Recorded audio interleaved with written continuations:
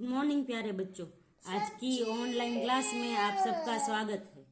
अब आप इस विषय के वीडियोज एक साथ भी देख सकते हैं। इसके लिए वीडियो के नीचे हमारी चैनल का नाम है, चैनल में जाके प्लेलिस्ट में जाएंगे तो इस विषय के वीडियोज एक साथ देख सकेंगे। तो बच्चों, आज के वीडियो में हम सीखेंगे हिंदी कक्षा 9 का पाठ नंबर 15। पाठ का नाम है दाज्यू और लेखक का नाम है शेखर जोशी। तो प्रस्तुत पाठ दाज्यू में कहानी है बाल श्रमिक की कि एक मदन नाम का एक पहाड़ी लड़का है जो पेट की आग बुझाने के लिए शहर भागकर आ गया है और होटल में काम करने लगता है। और वो भोलेपन से जिसे अपना दाज्यू यानी बड़ा भाई, तो वो भोलेपन से जिसे अपना बड़ा भाई समझने लगता है, वह किस प्रकार एक दिन उसके बाल मन पर आघात कर जाता है, यह इस कहानी में चित्रित किया गया है। तो चौक से निकलकर बाई और जो बड़े साइन बोर्ड वाला छोटा कैफे है, वहीं जगदीश बाबू ने उसे पहली बार देखा था। गोरा चिट्टा रंग, नीली शफाक आंखें, सुनहरे बाल और चाल में एक अनोखी मस्ती पर शिथिलता नहीं। कमल के पत्ते पर फिसलती हुई पानी की बूंद की सी फुर्ती, आंखों की चंचलता देखकर उसकी उम्र का अनुमान केवल 9-10 वर्ष ही लगाया जा सकता था और शायद यही उम्र उसकी रही होगी। तो बच्चों, यहाँ पर एक लड़के की बात की गई है जिसकी उम्र 9 या 10 साल है और उसके देखाव का वर्णन किया गया है कि वह देखने में कैसा है। अधजली सिगरेट का एक लंबा कश खींचते हुए जब जगदीश बाबू ने कैफे में प्रवेश किया तो वह एक मेज पर से प्लेटें उठा रहा था और जब वे पास ही कोने की टेबल पर बैठे तो वह सामने था, मानो घंटों से उसकी उस स्थान पर आने वाले व्यक्ति की प्रतीक्षा कर रहा हो। वह कुछ बोला नहीं, हाँ, नम्रता प्रदर्शन करने के लिए थोड़ा झुका और मुस्कुराया भर था, पर उसके इसी मौन में जैसे सारा मीनू समाहित था। सिंगल चाय का आर्डर पाने पर वह एक बार पुनः मुस्कुराकर चल दिया और पलक झपकते ही चाय हाजिर थी। मनुष्य की भावनाएं बड़ी विचित्र होती है। निर्जन एकांत स्थान में निस्संग होने पर भी कभी कभी आदमी एकाकी अनुभव नहीं करता। लगता है इस एकाकीपन में भी सब कुछ कितना निकट है, कितना अपना है। परंतु इसके विपरीत कभी कभी सैकड़ों नर नारियों के बीच जनरवमय वातावरण में रहकर भी सूनेपन की अनुभूति होती है। लगता है जो कुछ है वह पराया है, कितना अपनत्वहीन, पर यह अकारण ही नहीं होता। इस एकाकीपन की अनुभूति इस अलगाव की जड़ें होती है, विछोड़ या विरक्ति की किसी कथा के मूल में। तो यह कह रहा है कि एक पूरे शहर में रहकर भी कभी कभी लोग हैं वो अपने को अकेला महसूस करते हैं। जगदीश बाबू दूर देश से आए थे, अकेले थे। चौक की चहल पहल कैफे के शोरगुल में उन्हें लगता है सब कुछ अपनत्वहीन है। अपनत्वहीन यानी कोई भी अपना नहीं, सब कुछ है वो उसे पराया लगता है। शायद कुछ दिनों रहकर अभ्यस्त हो जाने पर उन्हें इसी वातावरण में अपनेपन की अनुभूति होने लगे, पर आज तो लगता है यह अपना नहीं, अपनेपन की सीमा से दूर, कितना दूर है। और तब उन्हें अनायास ही याद आने लगते हैं अपने गांव, पड़ोस के आदमी, स्कूल कॉलेज के छोकरे और निकट शहर के कैफे होटल। चाय साहब, जगदीश बाबू ने राखदानी में सिगरेट झाड़ी। उन्हें लगा इस शब्दों की ध्वनि में वही कुछ ही जिसकी रिक्तता उन्हें अनुभव हो रही, रिक्तता यानी खालीपन। और उन्होंने अपनी शंका का समाधान कर लिया।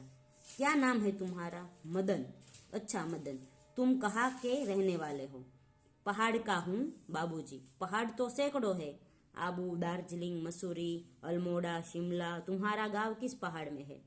इस बार शायद उसे पहाड़ और जिले का भेद मालूम हो गया। मुस्कुराकर बोला, अल्मोड़ा साहब, अल्मोड़ा। अल्मोड़ा में कौन सा गांव है? विशेष जानने की गरज में जगदीश बाबू ने पूछा। इस प्रश्न के उस संकोच से में डाल दिया। शायद अपने गांव की निराली संज्ञा के कारण उसे संकोच हुआ था। इस कारण टालता हुआ सा बोला, वह तो दूर है साहब, अल्मोड़ा से 15-20 मील होगा। फिर भी नाम तो कुछ होगा ही, जगदीश बाबू ने जोर देकर पूछा। डोटिया लगो, वह सकुचाता हुआ सा बोला। जगदीश बाबू के चेहरे पर पुती हुई एकलता की स्याही दूर हो गई और जब उन्होंने मुस्कुराकर मदन को बताया कि वे भी उसके निकटवर्ती गांव के रहने वाले हैं, तो लगा जैसे प्रसन्नता के कारण अभी मदन के हाथ से ट्रे गिर पड़ेगी। उसके मुंह से शब्द निकलना चाहकर भी न निकल सके। खोया खोया सा वह अपने अतीत को फिर लौट लौट कर देखने का प्रयत्न कर रहा हो। अतीत, गांव, ऊंची पहाड़ियां, नदी, इर्जा, बाबा, दीदी, भूली, छोटी बहन, दाजू, बड़ा भाई। मदन को जगदीश बाबू के रूप में किसकी छाया निकट जान पड़ी। इर्जा नहीं, बाबा नहीं, दीदी, भूली नहीं, दाजू, हाँ दाजू। 2-4 ही दिनों में मदन और जगदीश बाबू के बीच की अजनबीपन की खाई दूर हो गई। टेबल पर बैठते ही मदन का स्वर सुनाई देता, दाजू, जय हिंद। दाजू, आज तो ठंड बहुत है। दाजू, क्या यह भी हिम पड़ेगा? दाजू, आपने तो कल थोड़ा सा खाना खाया। तभी किसी और से बाय की आवाज पड़ती है तो मदन उस आवाज की प्रतिध्वनि में के पहुंचने से पहले ही वहां पहुंच जाता। आर्डर लेकर फिर जाते जाते जगदीश बापू से पूछता, दाजू कोई चीज? पानी लाओ। लाया। दाजू शब्द को उतनी ही आतुरता और लगन से दोहराता जितनी आतुरता और बहुत दिनों के बाद मिलने पर भी माँ अपने बेटे को चूमती है। कुछ दिनों बाद जगदीश बाबू का एकाकीपन दूर हो गया। उन्हें अब चौक, कैफे की ही नहीं, सारा शहर अपनेपन के रंग में रंगा हुआ सा लगने लगा। परंतु अब उन्हें यह बार बार दाजू कहलाना अच्छा नहीं लगता और यह मदन था कि दूसरी टेबल से भी दाजू, मदन इधर आओ। आया दाजू शब्द की आवृत्ति पर जगदीश बाबू ने मध्यम वर्गीय संस्कार जाग उठे। अपनत्व की पतली डोरी अहम की तेज धार के आगे न टिक सकी। दाजू चाय लाऊं? चाय नहीं, लेकिन यह दाजू दाजू क्या चिल्लाते रहते हो दिन रात? एक किसी की प्रेस्टीज का ख्याल भी नहीं थे तुम्हें। जगदीश बाबू का मुंह क्रोध के कारण तमतमा गया। शब्द पर अधिकार नहीं रह सका। मदन प्रेस्टीज का अर्थ समझ सके या नहीं, यह भी उन्हें ध्यान नहीं रहा, पर मदन बिना समझाए ही सब कुछ समझ गया था। मदन को जगदीश बाबू के व्यवहार से गहरी चोट लगी। मैनेजर से सिरदर्द का बहाना कर वह घुटनों में सर के कोठरी में सिसकाया भर भर रोता रहा। घर गांव से दूर ऐसी परिस्थितियों में मदन का जगदीश बाबू के प्रति आत्मीयता प्रदर्शन स्वाभाविक ही था। इसी कारण आज प्रवासी जीवन में पहली बार उसे लगा जैसे किसी ने उसे इर्जा की गोद में यानी बाबा की बाहों की और दीदी के आंचल की छाया में बलपूर्वक खींच लिया हो। परंतु भावुकता स्थायी नहीं हो रही।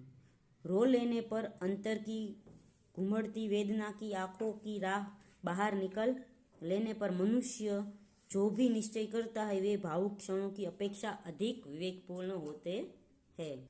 यानी लेखक ने जो अपनापन मदन को दिया था वो मदन उसे इसलिए उसको दाजू दाजू बुलाने लगा था, पर जगदीश बाबू अब है वो उसको ये दाजू बुलाता है तो उसे अच्छा नहीं लगता। उसे लगता है कि मेरी प्रेस्टीज है वो नष्ट हो जाएगी, यहाँ मेरा कोई मान नहीं रहेगा। इसलिए वो एक बार मदन को डांट देता है और मदन जाकर एक कोने में पड़ा पड़ा रो रहा होता है।